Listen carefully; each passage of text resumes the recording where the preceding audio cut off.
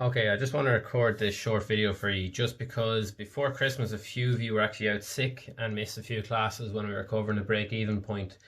And a few of you just kind of struggled with the topic a small bit. So I think if you have this visual aid here to refer back to, it'll help you when you're doing your study. What I'll do is I'll upload this onto YouTube as an unlisted video, and I'll leave this as a link in a slideshow that you can access it through there. It's the only place you'll be able to access it through. But if you think this is helpful at all and you want me to do any others, you can let me know or email me. This is kind of probably the new norm for a while anyway. So what I want to do is I want to do the 2016 higher level paper, and I have the question here from, this is on the slideshow which is on our Teams. So what we're asking this question is, read the following information supplied and answer the question which follows. Medron PLC has supplied the following financial information for a new medical device.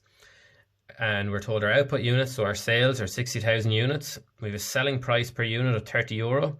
We have a fixed cost of 400,000 and we have variable cost per unit of €20. And then from that, for our 25 marks, we're asked to illustrate the following by means of a break-even chart. So the break-even point, the margin of safety at forecast output, and the profit at forecast output.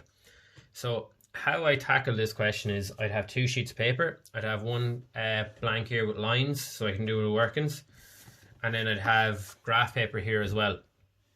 So yeah, I'd start off with the graph paper here anyway. I know some of you kind of struggled with just scaling it, so I'll just show you how I'll go about it. So we have our 2016 higher level business paper. I'll probably do this in a mixture of maybe 2, maybe 3 videos, just depending on depending on the time, because it'll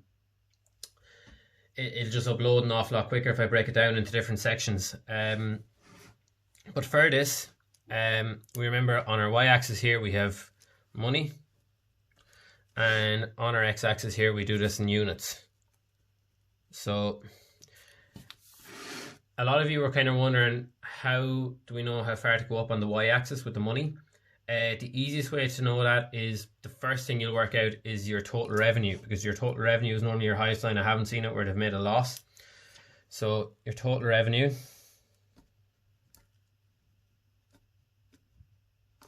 is equal to the forecast output. So the output units multiplied by the selling price. So that's 60,000 units, and we're told in the question our selling price is €30. So that gives us a total revenue of 1.8 million. Okay, so we know now we go up as far as 1.8 million here on our y-axis. How I do this now is, we'll start off down here at the very bottom. We'll call this 0.00. 1.8 million is easy enough. You can actually just go up in 200,000. So we'll do that here.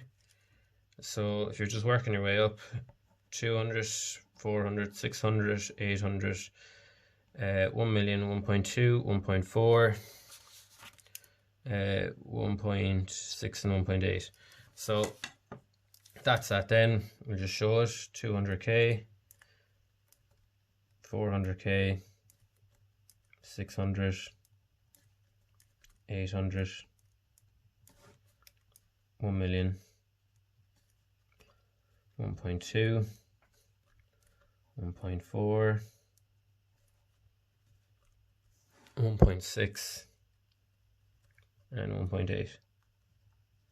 So then going across on our x-axis, we'll only need to go as far as our output, which is 60,000 units.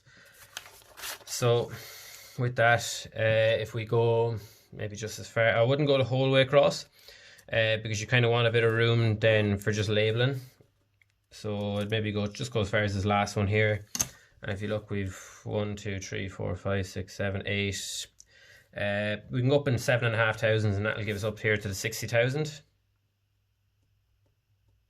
So if we worked our way across, 7.5k, 15k, 22.5k, 30k, 37.5k, 45k, 52.5k. So the first point we worked out already on this sheet here, we worked out our total revenue. So we can draw that line in here straight away. So we know we'll work across, so we know 1.8 million is our total revenue, and that's when we sell 60,000 units. So we can put that line in here, and then we can draw it back to this point here at 0, 0. So just kind of get it as accurate as you can. I know I don't have a ruler here that goes the full way, but just as best you can, and it's fine. Yeah, it's close enough. So we have to label that then, so that's our total revenue.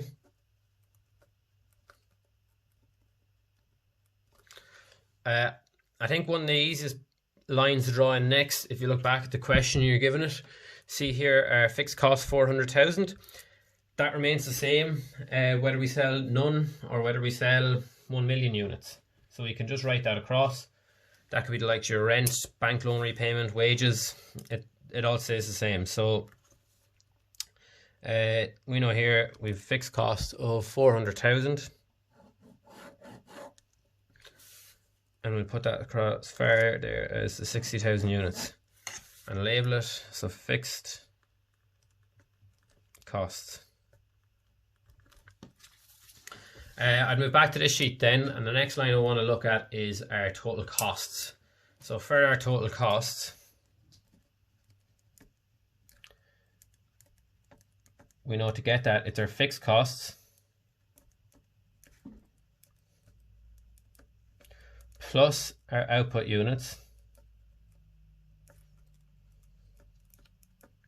multiplied by the variable costs. And if we look back at this here, so we know our fixed costs are the 400,000, our output units are the 60,000 units, and our variable cost is €20 per unit. So when we write that in, it is the 400,000 plus 60,000 multiplied by €20. That'll give us a total cost of 1.6 million. And we can draw this line in now as well. So for this one, we're not starting off down here at 0, 0. We're starting off here at 400,000, because, as I said earlier, if we sell no units, we still have a cost of 400,000. So that's where our total cost line will be starting from. And we'll be ending at the 1.6 million up here at 60,000 units. So try and join these two then back to each other.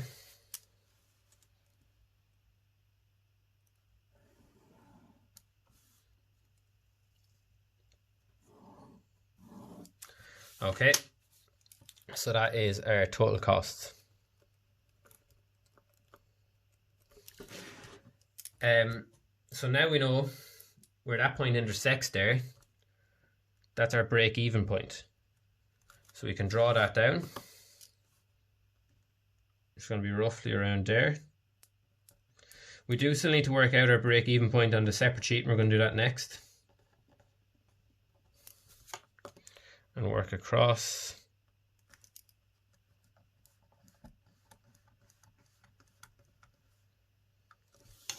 Okay, so for our break-even point, if you remember back to when we were doing this in class, we want to get, it's our break-even point.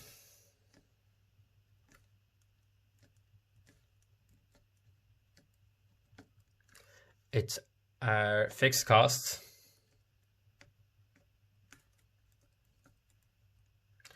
over our CPU. And if you remember what that stands for, it's contribution per unit.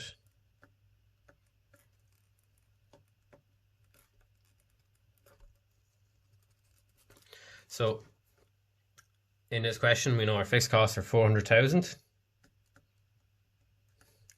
And our contribution per unit, it's the difference between our selling price, €30, and the variable cost, €20. So 30 minus 20, that'll give us a break-even point of 40,000 units. And if we look back to our graph, Are we around 40,000 units? Yeah, basically very close there. Like you might be slightly off, but you're still going to get the full marks there because it's basically identical. So 40,000 units. So that's the first of the 25 marks, Kyle. Here you can see it, and then we need to work out our margin of safety. Now for our margin of safety, we need to show it both on the graph and show it here as well. So firstly on the graph, we know our margin of safety, it's the difference between our output units and our break-even point. So we can just do this here, join it up, margin of safety, and then here we'll work it out as well. So margin of safety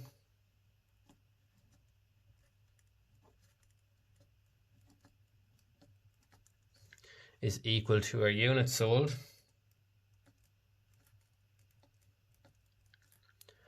minus the break even point. So in this question, it's the 60,000 units minus the 40,000 above for our break-even point. So we have a margin of safety of 20,000 units. So that's that one done. And then the last one, our profit at forecast output. So for that one, it's the difference between our total revenue and our total costs. So profit, the difference between there, profit. And just to show that down here again, profit at forecast output, total revenue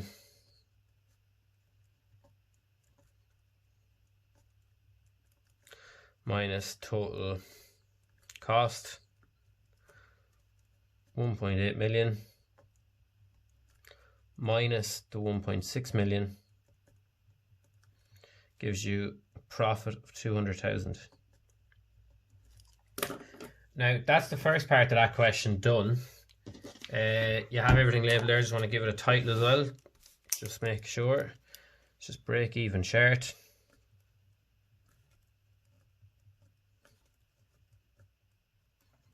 You have everything there. It's kind of nicely labelled, different colours. Now, as I said, that's the first part done. Then in the second part, you're asked, you can see that there, yeah. Following a review, there we are. Following a review of costs, Medron PLC decreased its variable cost per unit to €10. Calculate the new break-even point and illustrate on your break-even chart that the new total cost line, TC2, and the new break-even point, BE2. Outline one limitation of break-even analysis when making business decisions. I'm just going to do that in a second video here now, just because this video is about 13.5 minutes so far, and it'll just take an awful lot longer to upload if I do it all in this. So